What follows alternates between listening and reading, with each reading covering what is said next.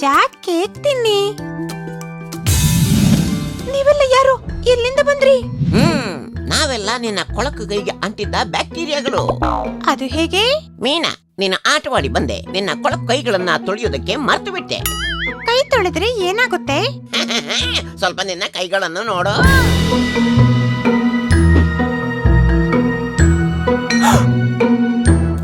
ಎಲ್ಲಿಗೆ ಹೊರಟೆ? ಸಾಬೂನಿಂದ ಕೈ ತೊಳೆಯಕ್ಕೆ ಹೋಗ್ತಿದ್ದೀನಿ.